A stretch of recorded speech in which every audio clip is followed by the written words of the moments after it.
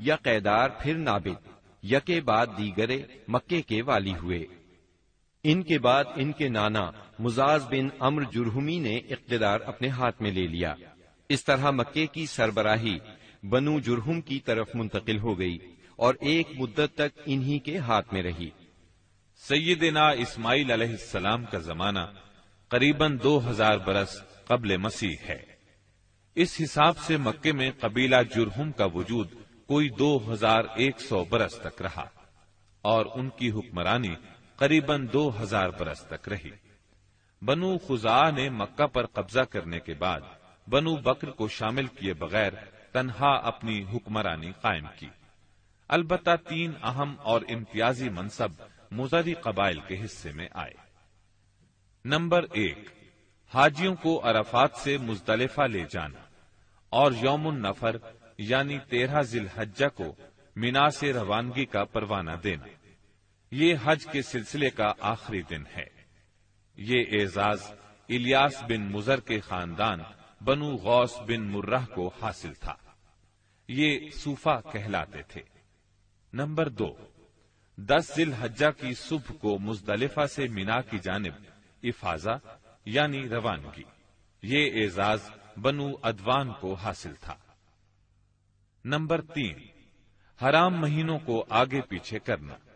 یہ اعزاز بنو کنانہ کی ایک شاخ بنو تمیم بن عدی کو حاصل تھا۔ مکہ معظمہ پر بنو خزاعہ کا اقتدار کوئی 300 برس تک قائم رہا۔ یہی زمانہ تھا جب ادنانی قبائل مکے اور حجاز سے نکل کر نجد، عراق کے اطراف اور بحرین وغیرہ میں پھیلے اور مکے کے اطراف میں قریش کی صرف چند شاخیں باقی رہیں، مگر مکے کی حکومت اور بیت اللہ کی تولیت میں ان کا کوئی حصہ نہ تھا، یہاں تک کہ قصی بن کلاب کا دور آیا۔ قصی نے مکے کا بندوبست اس طرح کیا کہ قریش کو مکے کے اطراف سے بلا کر پورا شہر ان پر تقسیم کر دیا اور ہر خاندان کا ٹھکانہ مقرر کر دیا۔ البتہ مہینے آگے پیچھے کرنے والوں کو نیز آل صفوان، بنو ادوان اور بنو مرہ بن عوف کو ان کے مناصب پر برقرار رکھا، کیونکہ قصی سمجھتا تھا کہ یہ بھی دین ہے، اس میں رد و بدل کرنا درست نہیں۔ قصی کا ایک کارنامہ یہ بھی ہے کہ اس نے حرم کعبہ کے شمال میں دار الندوہ تعمیر کیا۔ اس کا دروازہ مسجد کی طرف تھا۔ دار الندوہ دراصل قریش کی پارلیمنٹ تھی، جہاں تمام بڑے بڑے اور اہم معاملات کے فیصلے ہوتے تھے۔ قریش پر دار الندوہ کے بڑے احسانات ہیں، کیونکہ یہ ان کے اتحاد کا ضامن تھا اور یہیں ان کے الجھے ہوئے مسائل احسن طریقے سے طے ہوتے تھے۔ قصی کو سربراہی اور عظمت کے یہ مرتبے حاصل تھے۔ نمبر 1، دار الندوہ کی صدارت، جہاں بڑے بڑے معاملات کے بارے میں مشورے ہوتے تھے اور جہاں یہ لوگ اپنی بیٹیوں کی شادیاں بھی کرتے تھے۔ نمبر 2، لوا یعنی جنگ کا پرچم قصی ہی کے ہاتھوں باندھا جاتا تھا۔ نمبر 3، حجابت یعنی خانہ کعبہ کی پاسبانی۔ اس کا مطلب یہ ہے کہ خانہ کعبہ کا دروازہ قصی ہی کھولتا تھا۔ خانہ کعبہ کی خدمت اسی کے ذمے تھی، چابی بردار بھی وہی تھا۔ نمبر 4، سقایا یعنی پانی پلانا۔ اس کی صورت کچھ یوں تھی کہ حوض میں حاجیوں کے لیے پانی بھر دیا جاتا تھا، اس میں کچھ کھجور اور کشمش ڈال کر اسے شیریں بنایا جاتا تھا۔ حجاج جب مکے آتے تو اسے پیتے تھے۔ نمبر 5، رفادہ یعنی حاجیوں کی میزبانی۔ حاجیوں کے لیے بطور ضیافت کھانا تیار کیا جاتا تھا۔ اس مقصد کے لیے قصی نے قریش پر ایک خاص رقم مقرر کر رکھی تھی۔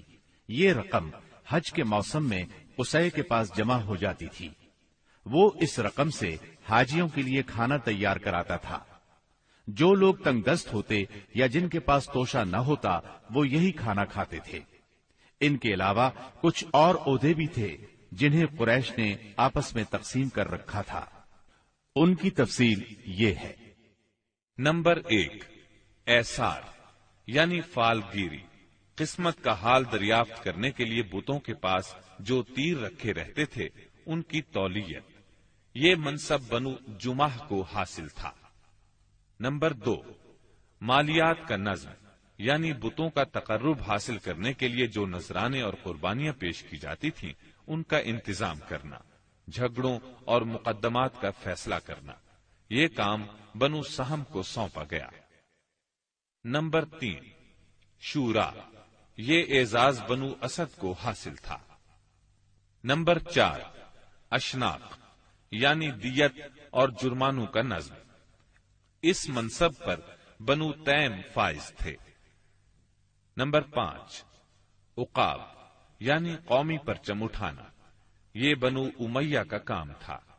نمبر 6، قبہ، یعنی فوجی کیمپ کا انتظام اور شاہ سواروں کی قیادت، یہ کام بنو مخزوم کے حصے میں آیا تھا۔ نمبر 7، سفارت، یہ منصب بنو عدی کا تھا۔ ہم قحطانی اور عدنانی قبائل کے وطن چھوڑنے کا ذکر کر چکے ہیں۔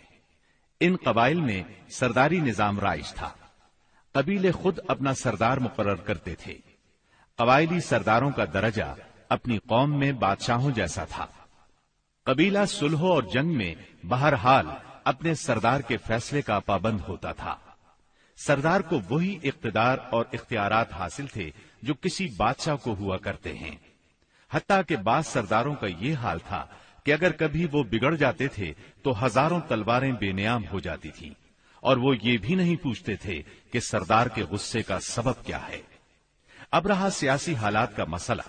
جزیرت العرب کے 3 سرحدی علاقے تھے۔ یہ تینوں غیر ممالک کے پڑوس میں تھے۔ ان کی سیاسی حالت سخت پریشان کن تھی۔ وہاں انتشار کی کیفیت تھی۔ صورتحال زوال پذیر تھی۔ انسان مالک تھا یا غلام، حاکم تھا یا محکوم، بس انہی 2 طبقوں میں بٹا ہوا تھا۔ تمام تر فوائد سربراہوں کو، خاص طور پر غیر ملکی سربراہوں کو حاصل تھے، اور سارا بوجھ غلاموں کے سر تھا۔ وہ طرح طرح کے ظلم و ستم برداشت کرتے تھے، زبان نہیں کھول سکتے تھے، کیونکہ حکمرانی جبری تھی۔ انسانی حقوق نام کی کسی چیز کا دور دور تک وجود نہیں تھا۔ عرب کے عام باشندے اسماعیل علیہ السلام کی دعوت و تبلیغ کے نتیجے میں دین ابراہیم کے پیروکار تھے، اس لیے صرف اللہ کی عبادت کرتے تھے اور توحید پر کاربند تھے۔ لیکن وقت گزرنے کے ساتھ ساتھ انہوں نے اللہ کے احکامات کو بھلا دیا، پھر بھی ان کے اندر توحید اور دین ابراہیمی کے کچھ آثار باقی رہے، کچھ شعائر پر وہ عمل پیرا رہے، یہاں تک کہ بنو خزاعہ کا سردار عمرو بن لحی منظر عام پر آیا۔ اس کی نشو و نما نیکی، صدقہ و خیرات اور دینی باتوں سے گہری دلچسپی پر ہوئی تھی، اس لیے لوگوں نے اسے محبت کی نظر سے دیکھا، اسے بڑا عالم اور اللہ کا ولی سمجھ کر اس کی پیروی کی۔ پھر اس شخص نے ملک شام کا سفر کیا۔ اس نے دیکھا وہاں بتوں کی پوجا ہو رہی تھی۔ اس نے سمجھا یہ طریقہ بھی اچھا ہے اور برحق ہے، کیونکہ ملک شام پیغمبروں کی سرزمین تھی، آسمانی کتابیں وہاں نازل ہوئی تھیں۔ چنانچہ واپسی پر وہ وہاں سے اپنے ساتھ حبل بت بھی لے آیا اور اسے خانہ کعبہ کے اندر نصب کر دیا، اور اہل مکہ کو اللہ کے ساتھ شرک کی دعوت دی۔ اہل مکہ نے اس پر لبیک کہا۔ اس کے بعد بہت جلد حجاز کے باشندے بھی شامل ہو گئے، وہ بھی ان کے نقش قدم پر چل پڑے۔ اس طرح عرب میں بت پرستی کا آغاز ہوا۔ حبل کے علاوہ عرب کے قدیم ترین بتوں میں سے ایک منات تھا۔ یہ بحر احمر کے ساحل پر قدید کے قریب مشلل میں نصب تھا۔ اس کے بعد طائف میں لات نامی بت وجود میں آیا۔ پھر وادی نخلا میں عزا کا بت نصب کیا گیا۔ یہ تینوں عرب کے سب سے بڑے بت تھے۔ اس کے بعد حجاز کے ہر خطے میں شرک کی کثرت اور بتوں کی بھرمار ہو گئی۔ کہا جاتا ہے کہ ایک جن عمرو بن لحی کے تابع تھا۔ اس نے بتایا کہ قوم نوح کے بت یعنی ود، سوا، یغوث، یعوق اور نصر جدہ میں دفن ہیں۔ اس اطلاع پر عمرو بن لحی جدہ گیا اور ان بتوں کو کھود نکالا، پھر ان کو تہامہ لایا، اور جب حج کا زمانہ آیا تو انہیں مختلف قبائل کے حوالے کیا۔ یہ قبائل ان بتوں کو اپنے اپنے علاقوں میں لے گئے۔ اس طرح ہر قبیلے میں، پھر ہر گھر میں ایک ایک بت ہو گیا۔ اسی پر بس نہیں کی گئی، اس کے بعد مشرکین نے مسجد حرام کو بھی بتوں سے بھر دیا۔ چنانچہ جب مکہ فتح ہوا تو بیت اللہ اور اس کے گردا گرد 360 بت تھے، جن کو خود رسول اللہ صلی اللہ علیہ وسلم نے اپنے دست مبارک سے توڑا۔ آپ ہر ایک بت کو چھڑی سے ٹھوکر مارتے اور وہ گر جاتا۔ پھر آپ نے حکم دیا، ان تمام بتوں کو مسجد حرام سے باہر نکال دو۔ چنانچہ ان سارے بتوں کو مسجد حرام سے باہر نکال کر جلا دیا گیا۔ غرض شرک اور بت پرستی اہل جاہلیت کے دین کا سب سے بڑا مظہر بن چکی تھی، اور ان لوگوں کو یہ گھمنڈ بھی تھا کہ وہ سیدنا ابراہیم علیہ السلام کے دین پر ہیں۔ پھر اہل جاہلیت کے یہاں بت پرستی کے کچھ خاص طریقے بھی رائج تھے، جو زیادہ تر عمرو بن لوہی کے گھڑے ہوئے تھے۔ یہ جاہل لوگ سمجھتے تھے کہ عمرو بن لوہی کے طریقے دین ابراہیمی میں تبدیلی نہیں بلکہ بدعت حسنہ ہیں۔ ان میں بت پرستی کی کیا کیا رسمیں رائج تھیں، اس کی تفصیل بھی سن لیں۔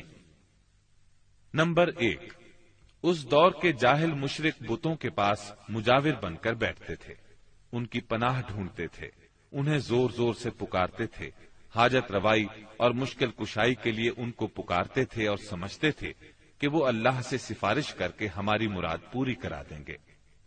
نمبر 2، وہ بتوں کا حج اور طواف کرتے تھے، ان کے سامنے عجز و نیاز سے پیش آتے تھے اور انہیں سجدہ کرتے تھے۔ نمبر 3، بتوں کے لیے نذرانے اور قربانیاں پیش کرتے اور قربانی کے ان جانوروں کو کبھی بتوں کے آستانوں پر لے جا کر ذبح کرتے تھے اور کبھی کسی اور جگہ ذبح کر لیتے تھے، مگر بتوں کے نام پر ذبح کرتے تھے۔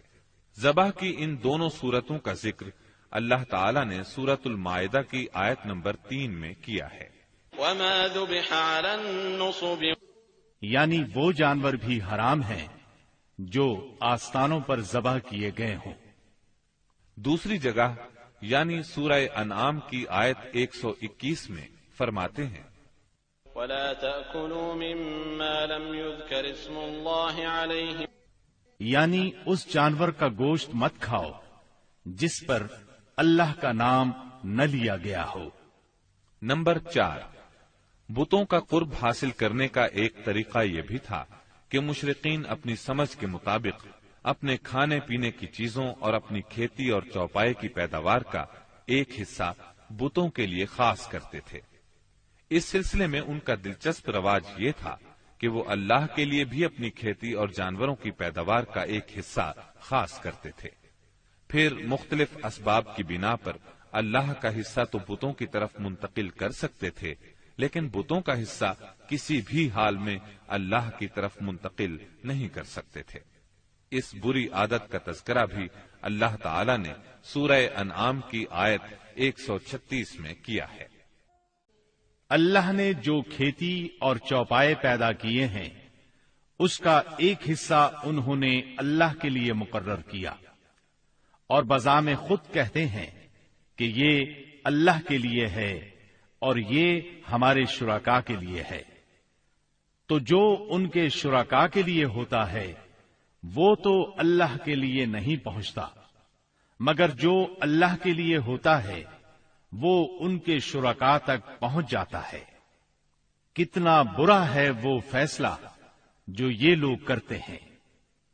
نمبر 5، بتوں کا قرب حاصل کرنے کا ایک طریقہ یہ بھی تھا کہ وہ مشرکین کھیتی اور چوپایوں میں مختلف قسم کی نظریں مانتے تھے۔ اللہ تعالی سورہ انعام کی آیت 138 میں فرماتے ہیں، وقالوا هذه أنعام وحرث حجر لا يطعمها إلا من نشاء بزعمهم وأنعام حرمت ظهورها وأنعام لا يذكرون اسم الله عليها افتراء عليه۔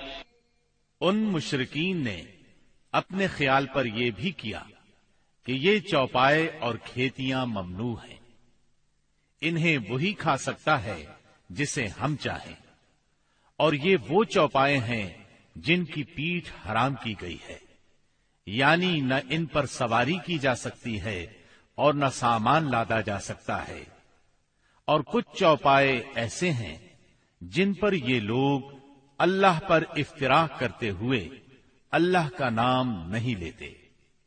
یہ تھے ان کے عقائد۔ انہی جانوروں میں بحیرہ، صائبہ، وسیلہ اور حام تھے۔ سیرت نگار ابن اسحاق کہتے ہیں بحیرہ صائبہ کی بچی کو کہا جاتا ہے اور صائبہ اس اونٹنی کو کہا جاتا ہے جس سے پے در پے 10-12 مادہ بچے پیدا ہوں، درمیان میں کوئی نر نہ ہو۔ ایسی اونٹنی کو آزاد چھوڑ دیا جاتا تھا، اس پر سواری نہیں کی جاتی تھی، اس کے بال بھی نہیں کاٹے جاتے تھے، اور مہمان کے سوا اس کا دودھ کوئی نہیں پی سکتا تھا۔ اس کے بعد یہ اونٹنی جو مادہ بچہ جنتی، اس کا کان چیر دیا جاتا اور اسے بھی اس کی ماں کے ساتھ آزاد چھوڑ دیا جاتا، اس پر سواری بھی نہ کی جاتی، اس کے بال نہ کاٹے جاتے، اور مہمان کے سوا کوئی اس کا دودھ نہ پیتا۔ اسی کو بحیرہ کہتے ہیں اور صائبہ اس کی ماں ہے۔ وسیلہ اس بکری کو کہا جاتا تھا جو 5 مرتبہ پے در پے 2 مادہ بچے جنتی تھی، یعنی 5 بار میں 10 مادہ بچے پیدا ہوتے، درمیان میں کوئی نر نہ پیدا ہوتا۔ اس بکری کو اس لیے وسیلہ کہا جاتا تھا کہ وہ سارے مادہ بچوں کو ایک دوسرے سے جوڑ دیتی تھی۔ اس کے بعد اس بکری سے جو بچے پیدا ہوتے انہیں صرف مرد کھا سکتے تھے، عورتیں نہیں کھا سکتی تھیں۔ البتہ اگر کوئی بچہ مردہ پیدا ہوتا تو اس کو مرد عورت سبھی کھا سکتے تھے۔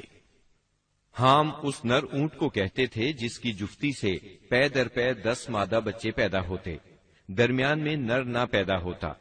ایسے اونٹ کی پیٹھ محفوظ کر دی جاتی تھی، نہ اس پر سواری کی جاتی، نہ بال کاٹے جاتے، بلکہ اسے اونٹوں کے ریوڑ میں جفتی کے لیے آزاد چھوڑ دیا جاتا، اس کے سوا اس سے کوئی اور فائدہ نہ اٹھایا جاتا۔ عرب اپنے بتوں کے ساتھ یہ سب کچھ اس عقیدے سے کرتے تھے کہ یہ بت انہیں اللہ کے قریب کر دیں گے اور اللہ کے حضور ان کی سفارش کر دیں گے۔ چنانچہ مشرکین جو کہتے تھے، قرآن کریم میں اللہ تعالیٰ نے سورہ زمر کی آیت نمبر 3 میں اس طرح تذکرہ کیا ہے، نعبدهم إلا ليقربونا إلى الله زلفى، ہم ان کی عبادت صرف اس لیے کر رہے ہیں کہ وہ ہمیں اللہ کے قریب کر دیں۔ اسی طرح قرآن کریم کی سورہ یونس آیت 18 میں یہ الفاظ آئے ہیں، وَيَعْبُدُونَ مِن دُونِ اللَّهِ مَا لَا يَضُرُّهُمْ وَلَا يَنفَعُهُمْ وَيَقُولُونَ هَؤُلَاءِ شُفَعَاؤُنَا عِندَ اللَّهِ۔ یہ مشرکین اللہ کے سوا ان کی عبادت کرتے ہیں جو انہیں نہ نفع پہنچا سکیں نہ نقصان، اور کہتے ہیں کہ یہ اللہ کے پاس ہمارے سفارشی ہیں۔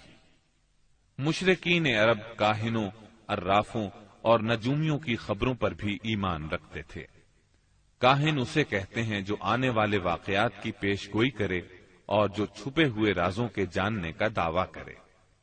نجومی اسے کہتے ہیں جو ستاروں پر غور کر کے ان کی رفتار اور اوقات کا حساب لگا کر پتہ لگاتا ہے کہ دنیا میں آئندہ کیا حالات و واقعات پیش آئیں گے۔ ان نجومیوں کی خبروں کو ماننا دراصل ستاروں پر ایمان لانا ہے۔ مشرکین میں بدشگونی کا بھی رواج تھا، اسے عربی میں طیارہ کہتے ہیں۔ اس کی صورت یہ تھی کہ مشرکین کسی چڑیا یا ہرن کے پاس جا کر اسے بھگاتے تھے۔ اگر وہ دائیں طرف بھاگتا تو اسے اچھا شگون خیال کرتے، کامیابی کی علامت خیال کرتے اور اپنا کام کر گزرتے۔ اگر وہ بائیں طرف بھاگتا تو اسے نحوست کی علامت سمجھ کر اپنے کام سے باز رہتے۔ اسی طرح اگر کوئی چڑیا یا جانور راستہ کاٹ دیتا تو اس کو منحوس خیال کرتے۔ اسی سے ملتی جلتی ایک حرکت یہ تھی کہ مشرکین خرگوش کے ٹخنے کی ہڈی لٹکاتے تھے اور بعض دنوں، بعض مہینوں، جانوروں، گھروں اور عورتوں کو منحوس سمجھتے تھے۔ آج کے دور میں بھی ایسی باتیں سننے میں آتی ہیں، کالی بلی راستہ کاٹ گئی، اللہ خیر کرے وغیرہ۔ قریش کی ایک بدعت یہ تھی کہ وہ کہتے تھے ہم سیدنا ابراہیم علیہ السلام کی اولاد ہیں، حرم کے پاسبان، بیت اللہ کے والی اور مکے کے باشندے ہیں۔ کوئی شخص ہمارا ہم مرتبہ نہیں اور نہ کسی کے حقوق ہمارے حقوق کے مساوی ہیں، اسی لیے یہ لوگ اپنا نام ہمس یعنی بہادر رکھتے تھے، لہذا ہمارے شایان شان نہیں کہ ہم حدود حرم سے باہر جائیں۔ چنانچہ حج کے دوران میں یہ لوگ عرفات نہیں جاتے تھے اور نہ وہاں سے افاضہ کرتے تھے، بلکہ مزدلفہ ہی میں ٹھہر کر وہیں سے افاضہ کر لیتے تھے۔ اللہ تعالی نے اس بدعت کی اصلاح کرتے ہوئے سورہ بقرہ کی آیت 199 میں فرمایا، ثم افیضوا من حیث افاض الناس، یعنی تم لوگ بھی وہیں سے افاضہ کرو جہاں سے سارے لوگ افاضہ کرتے ہیں۔ ان کی ایک بدعت یہ بھی تھی کہ انہوں نے بیرون حرم کے باشندوں کو حکم دے رکھا تھا کہ وہ حرم میں آنے کے بعد پہلا طواف ہمس سے حاصل کیے ہوئے کپڑوں ہی میں کریں، چنانچہ ان کا کپڑا اگر دستیاب نہ ہوتا تو مرد ننگے طواف کرتے اور عورتیں اپنے سارے کپڑے اتار کر صرف ایک چھوٹا سا کھلا کرتا پہن لیتی اور اسی میں طواف کرتی اور دوران طواف یہ شعر پڑھتی، اليوم يبدو بعضه أو كله وما بدأ منه فلا أحله، آج کچھ یا ساری شرمگاہ کھل جائے گی، لیکن جو کھل جائے میں اسے دیکھنا حلال قرار نہیں دیتی۔ اللہ تعالی نے ان خرافات کے خاتمے کے لیے سورہ آراف کی آیت نمبر 31 میں فرمایا، یا بنی آدم خذوا زینتکم عند کل مسجد، یعنی اے آدم کے بیٹو ہر مسجد کے پاس اپنی زینت اختیار کرو۔ یہی دین یعنی شرک و بت پرستی اور توہمات و خرافات پر مبنی عقیدے والا دین عام اہل عرب کا دین تھا۔ اس کے علاوہ جزیرۃ العرب کے مختلف اطراف میں یہودیت، مسیحیت، مجوسیت اور سابعیت نے بھی قدم جما لیے تھے۔ جزیرۃ العرب میں یہود کا دور اس وقت سے شروع ہوتا ہے جب فلسطین میں بابل اور آشور کی حکومت کی فتوحات کی وجہ سے یہودیوں کو اپنا وطن چھوڑنا پڑا۔ اس حکومت کی سخت گیری اور بخت نصر کے ہاتھوں یہودی بستیوں کی تباہی اور ویرانی، ان کے ہیکل کی بربادی اور ان کی اکثریت کی ملک بابل سے جلا وطنی کا نتیجہ یہ ہوا کہ یہود کی ایک جماعت فلسطین چھوڑ کر حجاز کے شمالی اطراف میں آ بسی اور یثرب، خیبر اور تیماء میں آباد ہو کر یہاں اپنی باقاعدہ بستیاں بسا لی، قلعے تعمیر کر لیے اور گڑھیاں بنا لی۔ وطن چھوڑ کر آنے والے ان یہود کے ذریعے عرب باشندوں میں کسی قدر یہودی مذہب کا بھی رواج ہوا اور اسلام کے ظہور سے پہلے اس کو بھی ایک اچھی بھلی حیثیت حاصل ہو گئی۔ اسلام کے ظہور کے وقت مشہور یہودی قبائل یہ تھے: خیبر، نذیر، مستلق، قریظہ اور قینقاع۔ جہاں تک عیسائی مذہب کا تعلق ہے، بلاد عرب میں اس کی آمد حبشی اور رومی قبضہ گیروں اور فاتحین کے ذریعے ہوئی۔ یمن پر حبشیوں کا قبضہ پہلی بار 340 عیسوی میں ہوا اور 378 عیسوی تک برقرار رہا۔ اس دوران یمن میں مسیحی مشن کام کرتا رہا۔ قریباً اسی زمانے میں ایک متقی اور پرہیزگار شخص فیمیون نجران پہنچا اور وہاں کے باشندوں میں عیسائی مذہب کی تبلیغ کی۔ نجران کے لوگوں کو اس کے دین میں کچھ ایسی سچی علامات نظر آئیں کہ وہ عیسائی ہو گئے۔ جہاں تک مجوسی مذہب کا تعلق ہے تو اسے زیادہ تر اہل فارس کے ہمسایہ عربوں میں فروغ حاصل ہوا، مثلا عراق، عرب، بحرین، ہجر اور خلیج عربی کے ساحلی علاقے۔ ان کے علاوہ یمن پر فارسی قبضے کے دوران میں وہاں بھی اکا دکا افراد نے مجوسیت قبول کی۔ باقی رہا صابی مذہب، تو عراق کے آثار قدیمہ کی کھدائی کے دوران جو کتبات برآمد ہوئے ان سے پتہ چلتا ہے کہ یہ ابراہیم علیہ السلام کی کلدانی قوم کا مذہب تھا۔ دور قدیم میں شام و یمن کے بہت سے باشندے بھی اسی مذہب کے پیروکار تھے۔ عرب کے باقی دینوں کے ماننے والوں کا حال مشرکین ہی جیسا تھا، کیونکہ ان کے دل یکساں تھے، عقائد ایک سے تھے اور رسم و رواج میں ہم آہنگی تھی۔ جزیرۃ العرب کے سیاسی اور مذہبی حالات بیان کرنے کے بعد اب وہاں کے اجتماعی، اقتصادی اور اخلاقی حالات کا خاکہ مختصراً پیش کرتے ہیں۔ عرب آبادی مختلف طبقات میں بٹی ہوئی تھی۔ ہر طبقے کے حالات ایک دوسرے سے بہت زیادہ مختلف تھے۔ چنانچہ معزز طبقے میں مرد اور عورت کا تعلق خاصا ترقی یافتہ تھا۔ عورت کو بہت کچھ خود مختاری حاصل تھی، اس کی بات مانی جاتی تھی، اس کا اس قدر احترام اور حفاظت کی جاتی کہ اس کی خاطر تلواریں سونت لی جاتی تھی، خون ریزی ہو جاتی تھی۔ آدمی جب اپنی شجاعت اور بہادری پر بات کرنا چاہتا، اپنی تعریف کرنا چاہتا تو عموماً عورت ہی کو مخاطب کرتا۔ شجاعت اور سخاوت کی صفات کو ان کے درمیان بہت بڑا مقام حاصل تھا۔ اکثر اوقات ان میں صلح کے لیے عورت ہی بڑا کردار ادا کرتی تھی۔ وہ چاہتی تو قبائل کو صلح کے لیے جمع کر لیتی تھی اور چاہتی تو ان کے درمیان جنگ کی آگ بھڑکا دیتی۔ لیکن ان تمام باتوں کے باوجود خاندان کا سربراہ مرد ہی کو مانا جاتا تھا اور اس کی بات فیصلہ کن ہوتی تھی۔ اس طبقے میں مرد اور عورت کا تعلق عقد نکاح کے ذریعے ہوتا تھا۔ یہ نکاح عورت کے ولیوں کی نگرانی میں انجام پاتا تھا۔ عورت کو ان کی ولایت کے بغیر نکاح کا حق نہیں تھا۔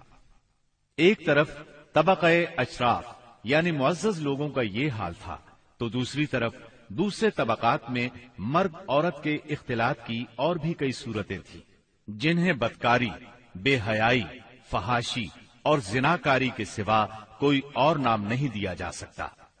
زمانہ جاہلیت میں کسی حد کے بغیر متعدد بیویاں رکھنا ایک عام بات تھی۔ لوگ دو سگی بہنوں کو بھی بیک وقت اپنے نکاح میں رکھ لیتے تھے۔ باپ کے بیوی کو طلاق دینے کے بعد یا اس کے فوت ہونے پر بیٹا اپنی سوتیلی ماں سے بھی نکاح کر لیتا تھا۔ طلاق کا اختیار مرد کو حاصل تھا اور اس کی کوئی حد مقرر نہیں تھی۔ زناکاری تمام طبقات میں عروج پر تھی، کوئی طبقہ یا انسانوں کی کوئی قسم اس سے مستثنا نہ تھی۔ البتہ کچھ مرد اور کچھ عورتیں ایسے ضرور تھے جنہیں اپنی بڑائی کا احساس اس برائی کی کیچڑ میں لت پت ہونے سے باز رکھتا تھا۔ پھر آزاد عورتوں کا حال لونڈیوں کی نسبت اچھا تھا۔ اصل مصیبت لونڈیاں ہی تھیں۔ ایسا لگتا ہے جیسے ان جاہلوں کی اکثریت اس برائی کی طرف منسوب ہونے میں کوئی آر بھی محسوس نہیں کرتی تھی۔ جاہلیت میں باپ بیٹے کا تعلق بھی مختلف نوعیت کا تھا۔ کچھ تو ایسے تھے جو کہتے تھے انما اولادنا بیننا اکبادنا تمشی علی الارض، یعنی ہماری اولاد ہمارے کلیجے ہیں جو روئے زمین پر چلتے پھرتے ہیں۔ جبکہ دوسری طرف کچھ لوگ ایسے بھی تھے جو لڑکیوں کو رسوائی اور خرچ کے خوف سے زندہ دفن کر دیتے تھے اور بچوں کو فقر و فاقے کے ڈر سے مار ڈالتے تھے۔ تاہم یہ کہنا مشکل ہے کہ یہ سنگ دلی بڑے پیمانے پر رائج تھی، کیونکہ عرب اپنے دشمنوں سے اپنی حفاظت کے لیے دوسروں کی بنسبت کہیں زیادہ اپنی اولاد کو بہتر سمجھتے تھے اور اس بات کا احساس بھی رکھتے تھے۔ مطلب یہ کہ مجموعی طور پر ان کی حالت بہت کمزور تھی، عقل سے عاری تھی اور ذلت میں گھری ہوئی تھی۔ جہالت نے ان کو اپنے گھیرے میں لیا ہوا تھا۔ خرافات کا دور دورہ تھا، لوگ جانوروں جیسی زندگی گزار رہے تھے۔ عورت بیچی اور خریدی جاتی تھی، بعض اوقات اس سے مٹی اور پتھر جیسا سلوک کیا جاتا تھا۔ قوم کے باہمی تعلقات کمزور بلکہ ٹوٹے ہوئے تھے۔ رہ گئی حکومتیں تو ان کو صرف اپنا خزانہ بھرنے سے غرض تھی یا مخالفوں پر فوج کشی کرنے کی فکر۔ اقتصادی حالت بھی خراب تھی، صرف تجارت ان کے نزدیک ضروریات زندگی حاصل کرنے کا سب سے اہم ذریعہ تھی، اور تجارت کے لیے امن و سلامتی کی فضا کا ہونا ضروری ہے، ورنہ تجارتی آمد و رفت نہیں ہو سکتی۔ جبکہ ان کا حال یہ تھا کہ سوائے حرمت والے مہینوں کے امن اور سلامتی کا کہیں وجود نہ تھا۔ یہی وجہ ہے کہ صرف حرمت والے مہینوں میں عرب کے مشہور بازار اوکاز، ذی المجاز اور مجنہ لگتے تھے۔ جہاں تک صنعتوں کا معاملہ ہے تو عرب اس میدان میں ساری دنیا سے پیچھے تھے۔ کپڑے کی بنائی اور چمڑے کی دباغت وغیرہ کی شکل میں جو چند صنعتیں پائی بھی جاتی تھیں وہ زیادہ تر یمن، ہیرا اور شام سے ملے ہوئے علاقوں میں تھی۔ البتہ اندرون عرب گلہ بانی اور کھیتی باڑی کا کسی قدر رواج تھا۔ ساری عرب عورتیں سوت کاٹتی تھیں، لیکن مشکل یہ تھی کہ سارا مال و متاع ہمیشہ لڑائیوں کی زد میں رہتا تھا۔ غربت عام تھی، لوگ ضروری لباس تک سے محروم تھے۔ یہ بات تو مشہور ہے کہ اہل جاہلیت میں کمینی اور رذیل عادات پائی جاتی تھی، عقل کے خلاف باتوں کی بھرمار تھی، تاہم ان میں کچھ پسندیدہ اخلاق بھی تھے۔ ان اخلاق کو دیکھ کر انسان دنگ رہ جاتا تھا۔ نمبر 1، کرم و سخاوت۔ یہ اہل جاہلیت کی خوبی تھی جس میں وہ ایک دوسرے سے آگے نکل جانے کی کوشش کرتے تھے، اور اس پر فخر کرنے کا عالم یہ تھا کہ عرب کے آدھے اشعار اسی کی نظر ہو جاتے تھے۔ اس وصف کی بنیاد پر کوئی اپنی تعریف کرتا تھا تو کوئی دوسروں کی۔ حالت یہ تھی کہ سخت سردی اور بھوک کی حالت میں بھی کوئی مہمان آ جاتا اور میزبان کے پاس اپنی سواری والی اونٹنی کے سوا کچھ نہ ہوتا، اور کنبے کی ضرورت پوری کرنے کا ذریعہ بھی صرف وہی سواری ہوتی تو اپنے مہمان کے لیے ذبح کر دیتا۔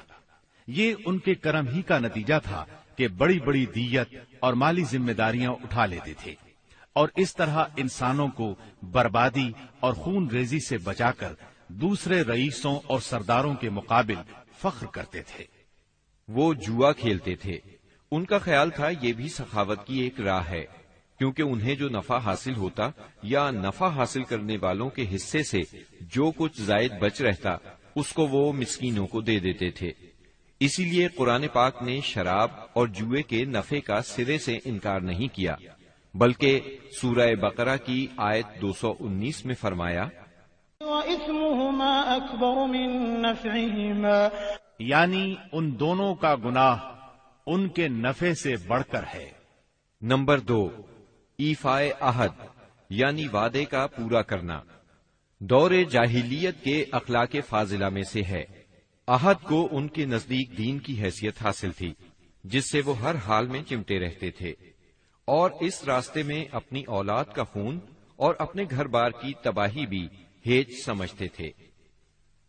نمبر 3، خودداری اور عزت نفس۔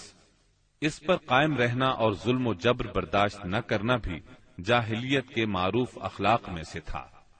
اس کا نتیجہ یہ تھا کہ ان کی شجاعت اور غیرت حد سے بڑھی ہوئی تھی۔ وہ فوراً بھڑک اٹھتے تھے اور چھوٹی سے چھوٹی توہین آمیز بات پر تلوار اور نیزہ اٹھا لیتے تھے، اور نہایت خون ریز جنگ چھڑ جاتی اور انہیں اس راہ میں اپنی جان کی قطعاً پرواہ نہ رہتی تھی۔ نمبر 4، عزائم کی تکمیل۔ اہل جاہلیت میں ایک خاص بات یہ بھی تھی کہ جب وہ کسی کام کو فخر اور ناز کا ذریعہ سمجھ کر انجام دینے پر تل جاتے تو پھر کوئی رکاوٹ انہیں روک نہیں سکتی تھی۔ وہ اپنی جان پر کھیل کر اس کام کو انجام دے ڈالتے تھے۔ نمبر 5، حلم، بردباری اور سنجیدگی۔ یہ خوبی بھی ان کے نزدیک قابل تعریف تھی، لیکن چونکہ ان میں شجاعت حد سے بڑھ کر تھی، ہر وقت جنگ و جدل پر آمادہ رہتے تھے، اس لیے یہ عادت بہت کم پائی جاتی تھی۔ نمبر 6، بدوی سادگی، یعنی رہن سہن کی الجھنوں اور داؤ پیچ سے ناواقف تھے۔ اس کا نتیجہ یہ تھا کہ ان میں سچائی اور امانت پائی جاتی تھی۔ دھوکہ دہی، بد عہدی سے دور تھے اور نفرت کرتے تھے۔ ہم سمجھتے ہیں کہ جزیرت العرب کو ساری دنیا سے جو جغرافیائی نسبت حاصل تھی، اس کے علاوہ یہی وہ قیمتی اخلاق تھے جن کی وجہ سے اہل عرب کو بنی نوع انسان کی قیادت اور رسالت عامہ کا بوجھ اٹھانے کے لیے منتخب کیا گیا تھا، کیونکہ یہ اخلاق اگرچہ بعض اوقات شر اور فساد کا سبب بن جاتے تھے اور ان کی وجہ سے المناک حادثات بھی پیش آ جاتے تھے، لیکن اپنی نوعیت کے بڑے قیمتی اخلاق تھے۔ یہ تھوڑی سی اصلاح کے بعد انسانی معاشرے کے لیے نہایت مفید بن سکتے تھے، اور یہی کام اسلام نے انجام دیا۔ غالباً ان کے اخلاق میں بھی ایفائے عہد کے بعد عزت نفس اور عزم کی پختگی سب سے زیادہ قیمتی اور نفع بخش جوہر تھا، کیونکہ اس زبردست قوت اور پختہ ارادے کے بغیر شر و فساد کا خاتمہ اور نظام عدل کا قیام ممکن نہیں۔ اہل جاہلیت کے کچھ اور بھی اچھے اخلاق تھے، لیکن ان سب کو بیان کیا جائے تو بات بہت طویل ہو جائے گی، لہذا انہی پر اکتفا کرتے ہوئے ہم آگے چلتے ہیں۔ ہمارے رسول مقبول محمد صلی اللہ علیہ وسلم کی ولادت باسعادت موسم بہار میں پیر کے دن صبح صادق کے بعد اور طلوع آفتاب سے پہلے 9 ربیع الاول سن عام الفیل 20 یا 22 اپریل 571 عیسوی کو مکہ مکرمہ میں ہوئی۔ پیر کا دن آپ کی مبارک زندگی میں بڑی اہمیت کا حامل ہے۔ سیدنا ابن عباس رضی اللہ عنہ فرماتے ہیں کہ آپ پیر کو پیدا ہوئے، پیر کے دن آپ کو نبوت سے سرفراز فرمایا گیا، سوموار ہی کو مکے سے مدینے کی طرف ہجرت کے لیے نکلے، سوموار ہی کو آپ مدینہ منورہ تشریف لائے اور آپ نے پیر ہی کے دن اس دار فانی کو خیر باد کہا۔ آپ کے پیدا ہوتے ہی آپ کے دادا عبد المطلب آپ کو گود میں اٹھا کر خانہ کعبہ میں لے گئے، آپ کے لیے دعا کی اور محمد نام رکھا۔ پوتے کی پیدائش کی خوشی میں 7ویں دن اپنے قبیلے کی دعوت کی۔ لوگوں نے آپ کے دادا سے پوچھا، آپ نے نومولود کا نام دوسرے لوگوں کے ناموں جیسا کیوں نہیں رکھا؟ انہوں نے جواب دیا، میں چاہتا ہوں میرے پوتے پر اس نام کا اثر پڑے اور میرا پوتا تعریف و توصیف حاصل کرے۔ آپ کی والدہ سیدہ آمنہ نے آپ کا نام احمد رکھا۔ انجیل میں بطور پیشگوئی آپ کے 2 نام آئے ہیں، فارقلید اور منہمنا۔ قرآن مجید کی سورہ انبیاء آیت 107 میں اللہ تعالی نے آپ کو رحمت للعالمین کہا ہے۔ وما ارسلناك الا رحمة للعالمین، یعنی ہم نے آپ کو تمام جہانوں کے لیے رحمت بنا کر بھیجا ہے۔ آپ کا نسب نامہ اس طرح ہے: محمد بن عبداللہ بن عبد المطلب بن ہاشم بن عبد مناف بن قصی بن کلاب بن مرہ بن کعب بن لعی بن غالب بن فہر بن مالک بن نظر بن کنانہ بن خزیمہ بن مدرکہ بن الیاس بن مزر بن نزار بن معد بن عدنان۔ اس بات پر سب کا اتفاق ہے کہ عدنان سیدنا اسماعیل علیہ السلام کی نسل سے ہیں، لیکن دونوں کے درمیان میں کتنی پشتیں ہیں اور ان کے نام کیا کیا ہیں، اس میں بہت اختلاف پایا جاتا ہے۔ آپ کی والدہ کا نام سیدہ آمنہ تھا۔ سیدہ آمنہ کے والد وہب بن عبد مناف بن زہرہ بن کلاب تھے۔ یہ وہی کلاب ہیں جو والد کی طرف سے بھی نبی صلی اللہ علیہ وسلم کے نسب نامے میں آتے ہیں۔ ان کا اصل نام عروہ یا حکیم تھا، لیکن کتوں کے ذریعے بکثرت شکار کھیلا کرتے تھے، اس لیے کلاب کے نام سے مشہور ہو گئے۔ عربی میں کلاب کتوں کو کہتے ہیں۔